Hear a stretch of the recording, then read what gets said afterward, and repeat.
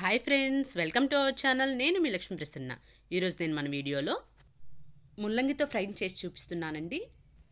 ముల్లంగి ఫ్రైలో ఈ పొడి వేసి చేయండి, చాలా బాగుంటుంది. మీరు ఎప్పుడైనా ముల్లంగితో ఇలా చేశారా? చేస్తే కామెంట్ చేయండి. మీరు ఎలా చేస్తారనేది కూడా కామెంట్ చేయండి. దీనికోసం నేను ఇక్కడ 300 గ్రాముల ముల్లంగిని తీసుకున్నానండి. ఈ ముల్లంగిని పీల్ చేసి ఇలా చిన్న చిన్న ముక్కలుగా కట్ చేసి తీసుకోండి. ఇప్పుడు స్టవ్ పై కడాయి పెట్టి అందులోకి ఆయిల్ని వేసుకోండి. ఆయిల్ వేడైన తర్వాత పోపు దినుసులను వేసుకోండి. అలాగే ఒక ఎండుమిర్చిని 2 వెల్లుల్లిపాయలను ఇలా మధ్యలోకి నొక్కి వేసుకోండి. ఇప్పుడు ఈ పోపు అంతటిని ఫ్రై చేసుకోండి. ముల్లంగి మన హెల్త్కి చాలా మంచిది. కరివేపాకును కూడా వేసుకొని ఫ్రై చేసుకోండి. పోపు అంతా ఇలా ఫ్రై అయిన తర్వాత ఇప్పుడు ఇందులోకి చిన్న చిన్న ముక్కలుగా కట్ చేసిన ఒక పెద్ద ఉల్లిపాయను వేసుకోండి.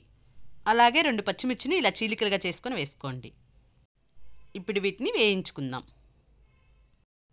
ఉల్లిపాయను లైట్ గోల్డెన్ బ్రౌన్ కలర్లోకి వచ్చే వరకు వేయించుకోండి. ఉల్లిపాయ పచ్చిమిర్చి ఈ విధంగా వేగిన తర్వాత ఇప్పుడు ఇందులోకి మనం ముందుగా కట్ చేసి పెట్టుకున్న ముల్లంగి ముక్కలను వేసుకుందాం. ఇప్పుడు వీటన్నిటిని బాగా కలుపుకుందాం. ఇలా బాగా కలుపుకున్న తర్వాత ఇప్పుడు ఇందులోకి రుచికి సరిపడా సాల్ట్ని వేసుకోండి. అలాగే కొద్దిగా పసుపును కూడా వేసుకోండి. తిరిగి వీటన్నిటిని మళ్ళీ బాగా కలుపుకోండి. ఇలా బాగా కలుపుకున్న తర్వాత దీనిపై మూత పెట్టి లో ఫ్లేమ్లో మగ్గించుకుందాం. మధ్య మధ్యలో మూత తీసి మళ్ళీ కలుపుకొని మళ్ళీ దీనిపై మూత పెట్టి మగ్గించుకోండి. ఈలోపు మనం ఇందులోకి పొడిని ప్రిపేర్ చేసుకుందాం. ఇందుకోసం ఒక మిక్సీ జార్ తీసుకుని అందులోకి వేయించిన పల్లీలను 2 టేబుల్ స్పూన్లు వేసుకోండి. అలాగే 1 టేబుల్ స్పూన్ శనగపప్పును వేసుకోండి. 1 టేబుల్ స్పూన్ ధనియాలను కూడా వేసుకోండి. 1/2 స్పూన్ జీలకర్ర కూడా వేసుకోండి. ఇప్పుడు ఇందులోకి 1 స్పూన్ కారాన్ని వేసుకోండి. ఈ పొడిలోకి సరిపడా సాల్ట్ని కూడా వేసుకోండి. ఆల్రెడీ మనం ఇందాక ముల్లంగిలో వేసుకొని ఉన్నాము, చూసుకొని వేసుకోండి. ఇప్పుడు వీటన్నిటిని కోర్స్గా గ్రైండ్ చేసి తీసుకుందాం. చూడండి, ఇలా గ్రైండ్ చేసి తీసుకోండి.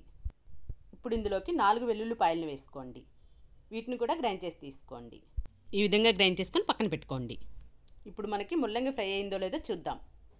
మనకి ముల్లంగి బాగా ఉడికిపోయింది. ముల్లంగిని బాగా వేయించుకున్న తర్వాత ఇప్పుడు ఇందులోకి మనం గ్రైండ్ చేసి పెట్టుకున్న పొడిని వేసుకొని కలుపుకుందాం. లో ఫ్లేమ్లో 1-2 నిమిషాలు ఇలానే కలుపుకోండి. చివరిగా ఇందులోకి కొత్తిమీరని వేసుకొని కలుపుకోండి. అంతేనండి, మనకి ముల్లంగి ఫ్రై రెడీ అయిపోయింది. మీకు నచ్చినట్లయితే తప్పకుండా ఒక లైక్ చేయండి. మీ ఫ్రెండ్స్ అండ్ ఫ్యామిలీ మెంబర్స్కి షేర్ చేయండి. Thank you for watching.